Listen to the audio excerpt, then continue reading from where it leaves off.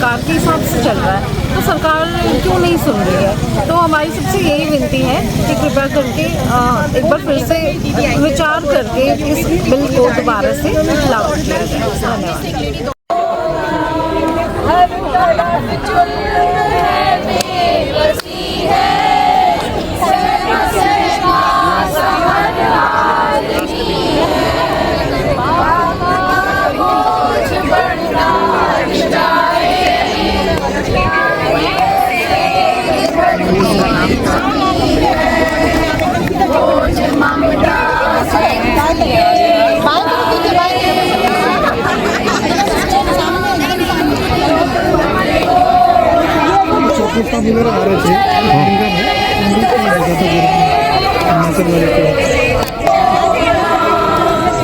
इतनी शक्ति हमें दे न दाता, मन का विश्वास कमजोर होना।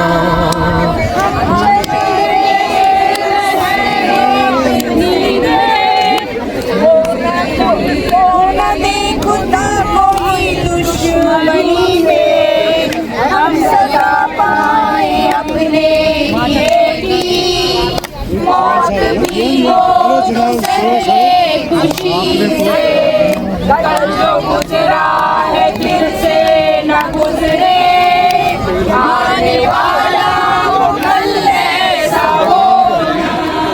हम चले एक रास्ते में हमसे भूल से भी कोई भूल होना। इतनी शक्ति हमें दे न दाता, मन का विश्वास कमजोर होना। हम चले एक रास्ते में हमसे भूल भी कोई भूल होना। सीएपीएफ का जो बिल 2026 है, सीएपीएफ में बीएसएफ, सीआरपी, आईटीबीपी, एसएसबी और सीएसएफ आते हैं। उन सबके परिवार आज राजघाट में आए हैं, राष्ट्रपिता के पास आए हैं। राष्ट्रपिता के पास क्यों आए हैं? क्योंकि हमने अपने तरीक़ों से राष्ट्रपति जी को भी, माननीय प्रधानमंत्री जी को भी और आदरणीय होम मिनिस्टर जी को भी अभी अपना अनुरोध किया कि महोदय आप हमें समय दीजिए। माननीय राष्ट्रपति जी के भी आ गया कि व्यस्त है, आपको अभी समय नहीं दिया जा सकता। अब हमारे पास एक ही विकल्प बचता है कि राष्ट्रपति नहीं है तो राष्ट्रपिता तो हैं। हम राष्ट्रपिता की गोद में आए हैं और महात्मा गांधी जी ने जो कहा था कि अपना हम व्यक्त कई तरीके से मत जो है कई तरीके से व्यक्त कर सकते हैं, उसमें एक मौन जो है मत भी है। हम शांत होकर यहाँ बैठे हैं, हमारी पूरी परिवार आई है। लेकिन प्रश्न उठता है कि आज ही का दिन हमने क्यों चुना? आज का दिन शौर्य दिवस है। हमारे सीआरपीएफ के वीर जवान 9 अप्रैल 19 को कच्छ के रण में एक जो है पाकिस्तान की ब्रिगेड ने जो कच्छ के रण पर अटैक किया था, उन बहादुर जवानों ने, बहुत छोटी टुकड़ी थी, रेगुलर आर्मी को जो है रोका। उनके लगभग 32 लोगों को हलाक भी किया और 4 लोगों को पकड़ा। आप समझ सकते हैं कि हमारी सीआरपीएफ जो सबसे पुरानी पैरामिलिट्री फोर्स है, इन्होंने आर्मी का भी रोल किया है। ऑपरेशन सिंदूर में बीएसएफ ने भी आर्मी के साथ कंधे से कंधा लड़ाया है और भारत तिब्बत सीमा पुलिस बल ने भी डोकलाम में भी भारतीय सेना के साथ चाइना में कंधे से कंधा मिलाया है। इनकी कमान आप एक ऐसे आईपीएस अधिकारी को देना चाहते हैं जिनको लॉ एंड ऑर्डर के अलावा इन चीज़ों को समझने के लिए, सैन्य ट्रेनिंग को समझने के लिए उनके पाठ्यक्रम में बहुत छोटा सा हिस्सा होता है। मैं आईपीएस अधिकारी को बिल्कुल विरुद्ध नहीं हूँ।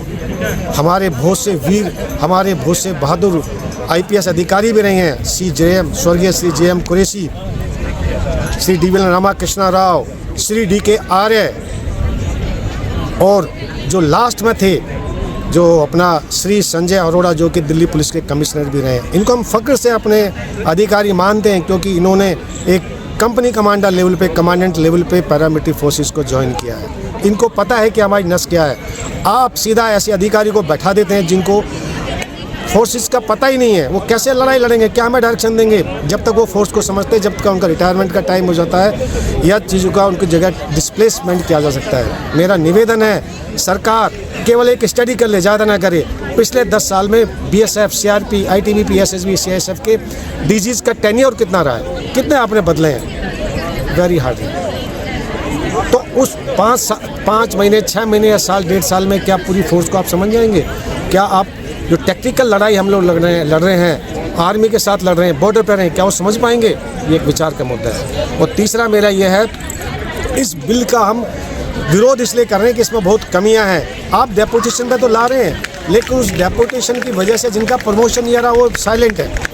आप 50% आईजी लाइए, लेकिन 50% जो आईजी प्रमोट नहीं होंगे उनका क्या होगा? यहाँ ये बिल साइलेंट है। इसका मतलब है कि वो 50% डीआईजी भी आईजी के लिए रुकेंगे, 50% कमांडेंट भी रुकेंगे, 50% एक इंस्पेक्टर भी कंपनी कमांडर के लिए रुकेगा और 50% एक सिपाही भी हवलदार बनने के लिए रुकेगा।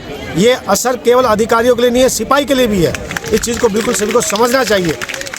तो मेरा निवेदन है, इस बिल की कमियों को दूर कीजिए आप। इस बिल में कई कमियाँ हैं, आपने सभी को एक साथ मिला दिया है। साहब, बीएसएफ का रोल अलग है, सीआईएसएफ का अलग है, सीआरपीएफ का अलग है, आईटीबीपी का अलग है, एसएसबी का अलग है। हर फोर्स का एक कल्चर है, उस कल्चर के हिसाब से उसका रोल अलग है, उस रोल के हिसाब से ट्रेनिंग अलग है, सबका अलग अलग है। आप एक साथ सबको एक लेवल पर नहीं कर सकते।